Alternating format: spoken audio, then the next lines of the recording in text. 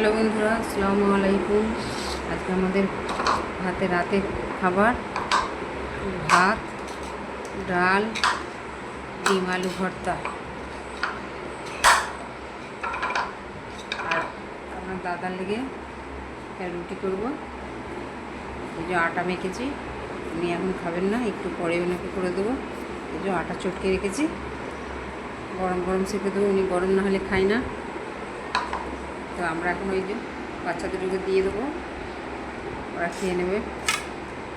ডিম আলু ভর্তা খুব ভালো হয় একটু যদি জিরে দেওয়া হয়। যখন লঙ্কা পেঁয়াজ ভাজা হবে সামান্য একটু গোটা জিরে দিয়ে দিলে এত সুন্দর গন্ধ হয়, দারুণ খেতে লাগে।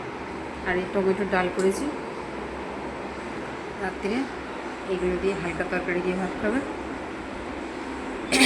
তো আপনারা ভালো থাকবেন, সুস্থ থাকবেন। ভিডিওটা একটা লাইক দিয়ে শেয়ার দেবেন, ভালো লাগলে একটা সাবস্ক্রাইব করে দেবেন, আমার পাশে থাকবেন। তো শুভরাত্রি, টাটা, বাই, খুদা হাফেজ।